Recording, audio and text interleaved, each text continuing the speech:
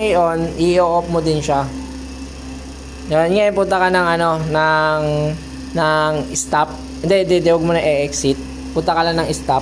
Click mo lang siya dito. Oo, lalabas na rin yan eh. Tapos on mo siya.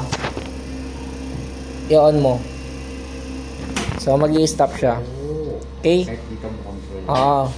Tapos wag mo kakalimutan i-off kasi pag hindi mo siya ino-off, hindi mo siya magagalaw. Nakabit ka kasi diyan. Ibig sabihin, naka-on siya. Parang ayan, Oo, 'di ba may on, 'di ba naka-ano naman siya kung on off o yun naman siya, 'di ba? So diyan, pwede mo siya ayan mga forward. Forward to. Oo. So ayan, naka-forward, mandar yung motor niya, forward. Stop mo siya. Dito sa. Hindi, diyan nila lang. Manual tayo. Oo. Reverse mo. So, nag-reverse naman siya. Trip mo. Kuha ka ng Philip. Sundutin, mo lang, tulak mo lang yung puti.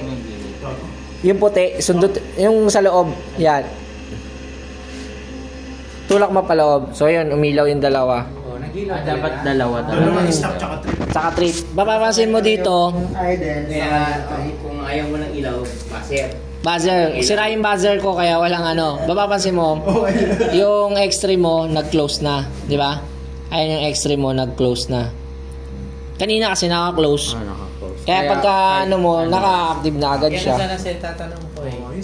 Kasi yun ang practice namin na ginawa.